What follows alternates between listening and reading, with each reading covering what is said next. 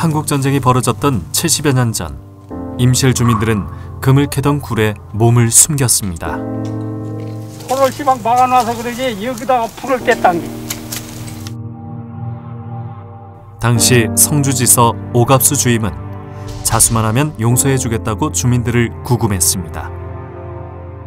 하지만 군인들은 지서 유치장에 있던 주민들을 성수면 문바위에 끌고 가 총살했습니다.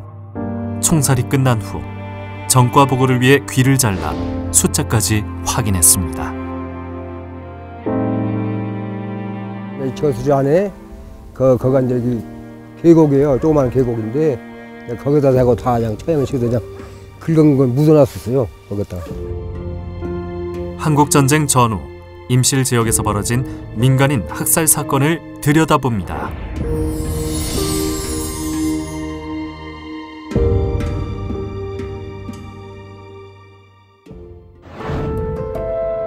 전라북도에 있는 임실군. 1개의 읍과 11개 면으로 이루어져 있는데요. 임실은 산악 면적이 전체의 70%를 넘습니다. 해방 후 이른바 1948년 2.7 사건으로 전국에서 격렬한 시위와 파괴 활동이 일어났는데요. 2.7 사건은 남북한 총선거에 파견된 유엔 한국임시위원단을 반대하기 위한 전국 규모의 시위. 임실군 성수면에서는 지서 습격 등 시위가 과격해지기도 했습니다. 청웅면 석도리도 예외는 아니었는데요. 이것도 2.7 사건의 영향으로 좌익 세력에 대한 경찰의 감시가 강화됐습니다. 석도리 등 주변 3개 마을에서 2.7 사건으로 20여 명이 희생됐습니다. 석도리가 고향인 올해 81살의 전상윤 씨. 70여 년 전에도 가족들과 함께 농사를 짓고 이곳에 살았는데요. 상윤 씨 아버지는 2.7 사건이 있고 난 후 동네 주민 10여 명과 함께 우익 단원들에게 잡혀갔습니다.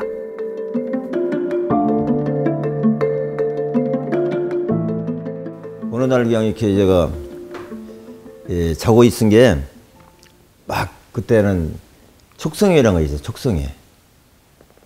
촉성회가 있었는데 이제 그 촉성회 대원들이 막 와갖고 막 신체 막 집을 수색을 하더라고. 무슨 몸이한테 입에 담지 못할 욕을 해. 그래서 그 애들이. 그게 이제 그 뒤에는 이렇게 검정 옷만 입고 있는 사람이 있으면 무서워서 도망가고 그랬어. 사실 그때 어렸을 때는. 이제 그렇게 했는데 그날 이제 제피 가셨는데 그 사람들한테. 그날 잡혀간 것이 아버지의 마지막 모습. 아버지와 마을 주민들은 임실 경찰서로 끌려가 며칠간 구금됐습니다. 얼마 후 구금됐던 사람들과 트럭에 실려나가 희생됐다는 소문만 무성할 뿐 더 이상 소식을 들을 수 없었습니다. 진실화해위원회 조사에 따르면 청웅면 남산리에서 좌익 세력의 근거지가 발견됐습니다. 이 근거지에서 입산자들이 마을 사람들에게 식량을 가져가면서 나중에 은혜 갚겠다고 적어놓은 명단이 발견돼 그 명단에 든 사람들은 모두 잡혀갔습니다. 그때는 면회도 못해요. 얼마나 살모를 그때는 그때는 그냥 인간 이하로 다 취급을 하고 다뤄왔던 게 이게 경찰서가 잡혀갔는데 그 뒤에 이제 우리가 12월 25일 그날로 제사를 동네에서 다 지냈어요. 같이 한날로. 왜 한날로 지내는 거는 우리 집안 형님이 한 분이 계셨어요. 전상훈 씨라는 분이 계시는데 그 양반들 잡혀갔어. 같이 경찰서가 있다가 그 한날 이렇게 그 양반들 추르게 싣고 나가서 다시는 안 들어왔다는 얘기입니다. 그 형님 말씀이 그날 죽고 그 이 양반은 그 이틀 이제 집으로 이제 돌아오시는 것인데 그때 가신 분들 한 분도 누가 살아나온 사람이 없어. 아버지가 경찰에 연행된 후 면회도 할 수 없었던 상윤신의 가족. 같이 끌려갔다가 살아나온 이웃에게 들은 소식으로 짐작할 뿐 언제 어디로 끌려가 어떻게 희생됐는지 알 수 없습니다. 그만큼 그때 그 시절 분위기는 억울함을 호소할 수 없을 정도로 엄혹했습니다. 시신을 좀 찾으려고 해도 감히 누구한테 물어볼 데가 없어.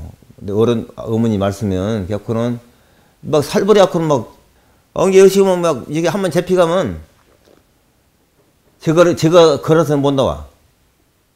니 아까나 업어 왔지. 이분에 몇 번 가서 그렇게 당하고 양반들이 많이 있어요. 당시 8살로 아버지에 대한 기억이 흐릿한 상윤 씨. 하지만 아버지 손을 잡고 배급소에서 과자 등을 얻어먹었던 기억은 또렷합니다. 배고팠거든 이게 이 집이. 근데 이 집에서 이제 먹을 것을 주더라고 아버님이. 그게 뭐 과자 같은 걸 주신 걸로 생각을 해요. 하여튼 바로 먹었었으니까.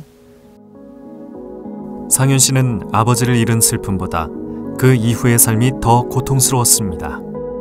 빨치산 가족으로 무시당하며 억울하고 한많은 세월을 살았습니다.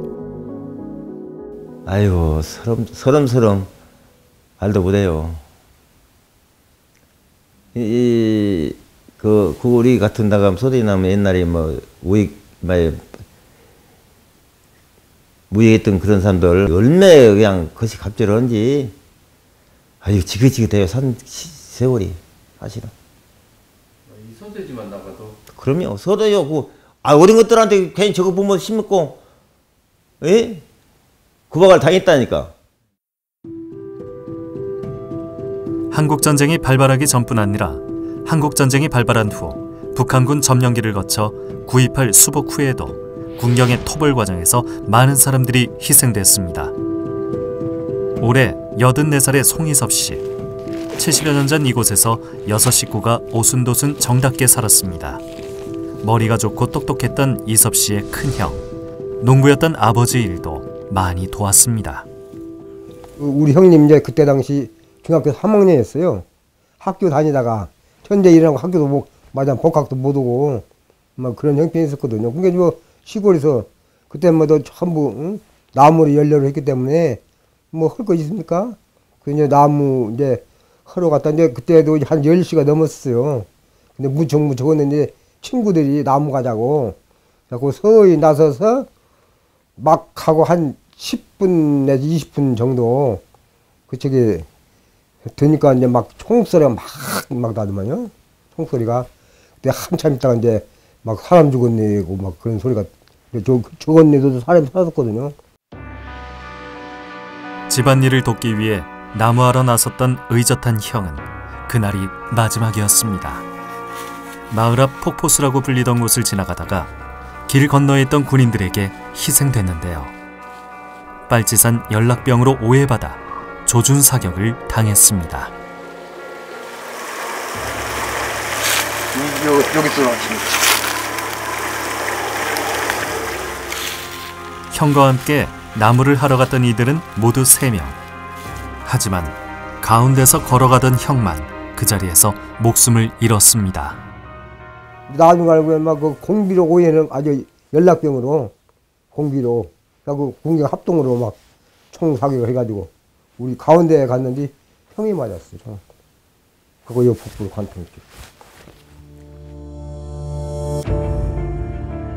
9.28 수복 후에도 오랫동안 치안을 회복하지 못했던 임실. 국군은 임실읍에 토벌대 본부를 두고 토벌에 나섰는데요. 지방좌익 등 이른바 빨치산 부대는 회문산에 본거지를 두고 토벌대에 맞섰습니다. 군경이 토벌을 위해 임실읍에서 회문산까지 가기 위해서는 청웅면, 강진면, 덕지면 등 3개의 면을 거쳐야 하는데요. 특히 회문산을 가기 위해 꼭 거쳐야 했던 청웅면에서는 빨치산과 국군의 치열한 교전이 여러 차례 벌어졌습니다. 때문에 빨치산과 국군 양측 사이에서 청웅면 인근 주민들의 피해와 희생도 컸습니다.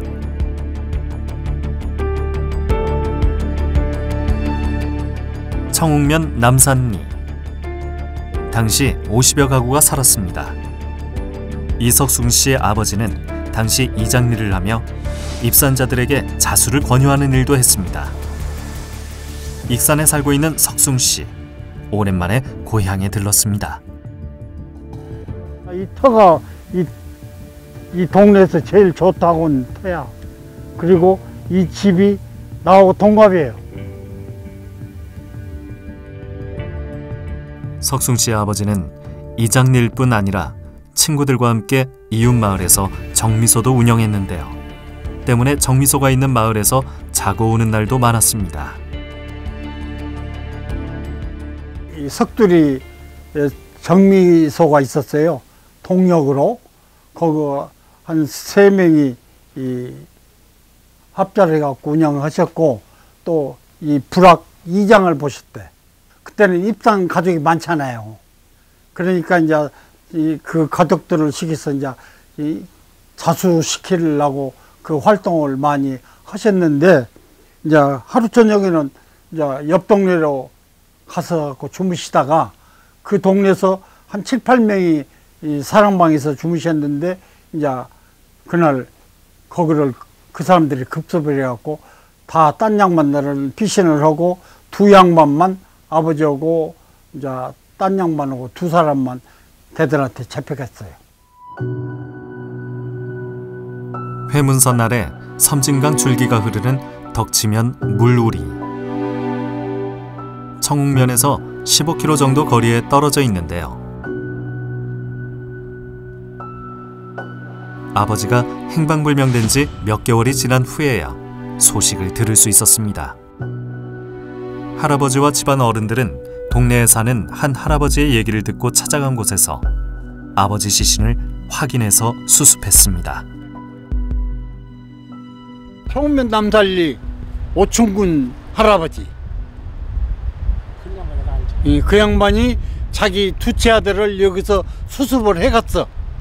그리고 수습 중에 보니까 아버지 같은 사람이 있으니까, 아버지가 도자 형자인데 발음에 이도영이가 여가 있네. 그리고 자기 아들 다 추상 치르고 우리 집으로 연락을 해줘갖고, 우리 집에 이제 할아버지, 성렬이 당수, 세인귀 고모부 이렇게 오셔갖고 그 양반 모시고 와서 확인해가지고 이제 그 이튿날 이제 수습을 해간 거예요. 임실군 청웅면 남산리. 9.28 수복후 군경 토벌 당시 청웅면 등의 많은 사람들은 피난을 떠났습니다. 왜 수복이 된 후에도 피난을 떠나야 했을까? 주민들은 군인들이 들어오면 빨치산에 협력한 사람들을 죽일 거라고 생각했는데요. 때문에 장정들은 물론 그들을 따라 주민들도 피난을 떠났습니다. 최연주 씨의 아버지와 형님도 가을 거지를 끝내고 식량을 준비해서 몸을 피했습니다.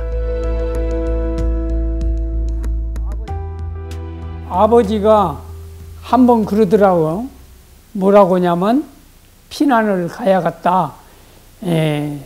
살기 위해서 피난을 가야겠다. 그러고는 아버지가 이제 사라져가지고는 집에서 이제 같이 살도 안 오고, 그렇게 한 게로 이제 저는 어린 게로 이제 그런 게비다 그랬지 뭐. 그랬는데 형님이 있단 말이요. 근데 형님도 없어. 그러니까 아버지 오고 형님 오고, 우리 집에 있더라고 보이더라니요. 근데 어디로 간지도 모르지 이제 나는. 당시 임실읍이 수복되고 군경에 의한 회문산 토벌 작전이 활발하게 진행됐는데요. 경찰들은 갑자기 사라져버린 마을 사람들을 찾기 위해 가족들을 위협했습니다. 원주 씨도 어린 나이에 총칼의 위협을 당했습니다. 총을 가지고 와서는 내 가심에다 딱 댄선, 야 이놈아, 내가 물어본 말 대답을 잘 안 하면 너를 쏘아버릴 것이요. 죽여버린다고 그러더라고. 이업을 하면서 너가 아버지 어디로 간다고 말을 해줬었는데, 너 이놈 자식 그 간다고 한 장소를 말을 해라 그리요. 그런 건 나는 절대 들어본 일도 없고, 그런 게 아니 나는 그거 모른다고. 그럼 그런 거 말한 예도 없고 아버지하고 말한 것도 없는데 그런 나온 게 이놈 새끼 막 하면서 야 이것이 분명히 말을 했을 텐데 이것이 말을 안 하네. 요놈 죽여버려. 당시 10살 소년이었던 원주 씨는 할머니 덕분에 목숨을 건졌습니다. 방에서 이제 할머니하고 이제 계신데 할머니가 나와서 여보시오 왜 그 어린 것을 왜 딛고 그러냐고 막 그러면서 그게 그 호도 너무한다고 그게 뭔 짓이요 그 어린 놈을 조그만한 놈을 이게 막 죽인다고 그러고 쏜다고 하고 이렇게 한 것이 어디 있을 수 있느냐고 한 동네 산선 이게 뭔 짓이요 막 그러게 에이 뭐시 어쩌고 하면서 구시렁구시렁 하면서 총을 딱 해갖고는 이제 메고는 이놈이가 말을 하니요. 당시 청웅면 소재지인 구고리에 있던 청웅초등학교. 아버지와 형이 입산을 했거나 피난을 가고 남은 가족들은 이곳에 수용돼 있었는데요. 원주 씨 어머니도 이곳에 구금돼 모진 고초를 당했습니다. 어머님은 아버지가 집에 없다 해가지고는 경찰들이 잡아가지고 초등학교에다가 가둬놨을 때요. 그런 게로 어머니는 집에 또 안 오고 할머니하고 이제 집에 있었다고. 그러면은 그때 어머니뿐만 아니라 그 청초등학교에 여러분들을 그렇게 가둬놨어요? 그러죠. 그래요. 어떤 분들을 어떻게 가둬놨어요? 그런 게 그렇게 이제 남자들이 어디로 없어졌으면 그 가족을 전부 잡아다가 그렇게 초등학교에다가 가둬놨단 게 경찰들이. 며칠이나 그렇게 가둬놨어요? 그 며칠이 아니라 뭐 상당히 내가 생각할 때는 한 달도 더 되게 가둬놓은 것 같은데. 진실화해의 조사에 따르면 당시 청웅제서 의경으로 활동했던 참고인 진술을 통해 마을 사람들이 청웅초등학교에 구금됐다는 것을 확인했습니다. 또한 가족들이 그곳에서 모진 고초를 당하거나 희생됐습니다.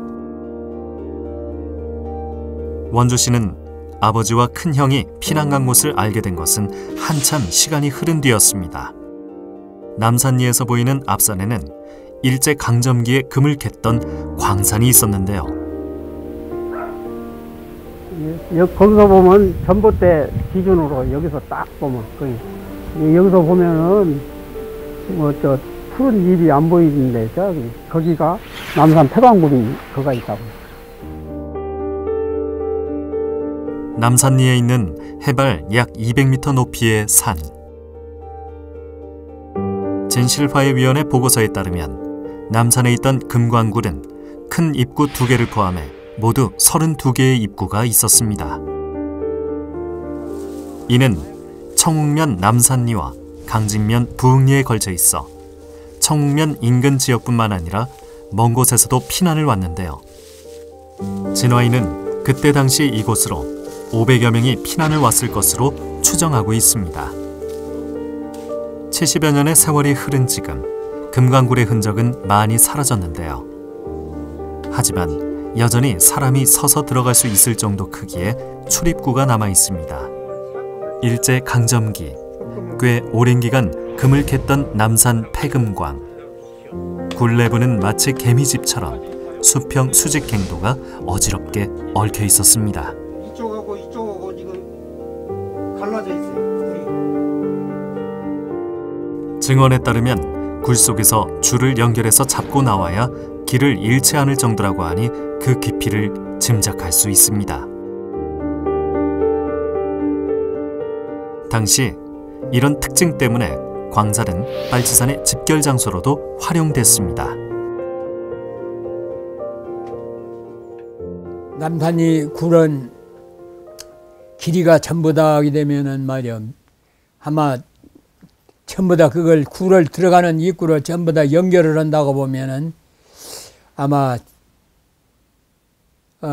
몇십 킬로 되지 않은가 그런 생각이 난다고. 어째서 그러냐면은 그 금강을 여튼 개발할 때 외정 초에 갈 때이 시작했다고. 그래갖고 저 외정 이제 말에 결국에 하여튼 거의 하여튼 마무리를 하다시피 있는데 넓은 데는 뭐 일개 충대가 같이 앉아가지고 말하자면 얘기할 때도 있는가 하면은 포도씨가 한 10명이나 5명이 들어앉아서 있을 수도 있고 그래요. 피난민들은 집에서 가져온 식량으로 끼니를 해결해 나갔는데요. 굴 안은 옆 사람 얼굴도 알아볼 수 없을 정도로 캄캄했습니다. 저 안에는 찌푸다고 지금.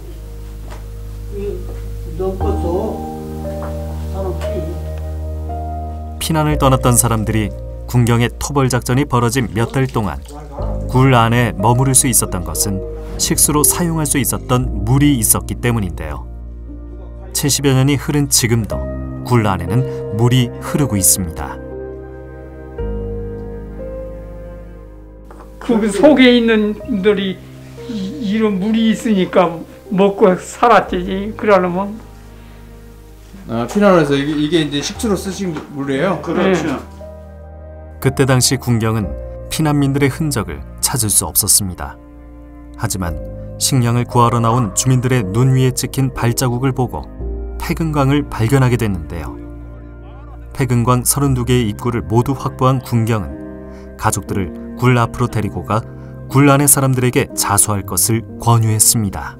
경찰 군인들이 어머니를 딛고 와가지고는 이 속에 들어가서 자수하고 나오라고 막 소리 지르라고 게 가서 이제 허도 아무 감격이 없은 게 나온 게로 왜 그냥 그새 나오냐고 막 군인들이 막 뭐라 하더라고. 아무 소리가 안 난디 뭐 말 해봤자 소용없는디 근다고 게 이거 안 되겠구만 이거 나오라고도 이거 안 나오고 온 게 불을 뗀다고 그래갖고는 3일간 불을 떼버렸다고 이거다. 굴 속의 사람들이 나오지 않자 군경은 마을 사람들을 동원해 굴 입구를 막고 마른 고추대와 솔잎을 3일 동안 태웠습니다. 굴 안에 있던 사람들 대부분은 연기로 질식사했습니다. 이런 데가 그냥 연기로 그냥 끄실려갖고 새카맸다고 이거다. 3일간 불을 떼버리니 뭐 그것이 그러할 것이 아니지. 연기로 그냥 끄실려갖고는. 가족들이 자수를 권했지만 워낙 굴이 깊었던 탓에 소리를 들을 수 없었던 피난민들. 당시 폐근광에서 살아나온 사람의 증언에 따르면 연기로 인해 아이들이 먼저 죽고 폐가 안 좋은 사람이 차례로 죽었다고 합니다. 진실화해위원회 조사에 따르면 연기를 못 견디고 밖으로 뛰쳐나온 사람들도 결국 무차별 총격에 희생됐습니다.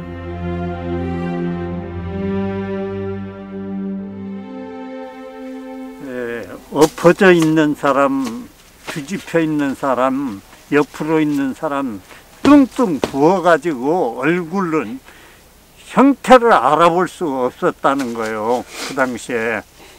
당시에는 옷을 보고 이 사람이 내 가족이다 하는 것을 그 옷을 보고 겨우 짐작할 수 있는 정도였고 그 굴 속에서 살아나온 사람, 그 사람이 같이 와서 증언을 해주었기 때문에 찾은 사람이 많이 있었어요. 그래서 우리 아버지도 찾았어요. 외삼촌이 여기 지금 굴에서 죽은 사람들 시신을 많이 쭉 모셔다 놨으니까 내다 놓고 있으니까 확인을 해가지고 확인을 해보라 해서 와가지고 확인을 해보니까 말하자면 이제 그 처남이죠 이제 우리 아버지가 그 얼굴을 와서 확인을 해서 저 밑에다가 모셔놓고 매장을 했습니다요. 저 안에서 이제 동네 양반들이 그 어른들이 가서 찾아가지고 밖으로 가지고 나온 거예요.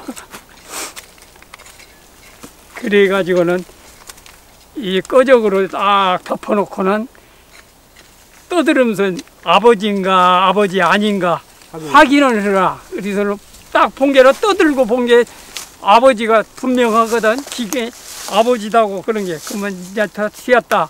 이제 묘를 쓰러 이제 가야 한다. 네가 이제 확인해 줬으니까 그래서 이제 묘를 쓰러 이제 간 것이라.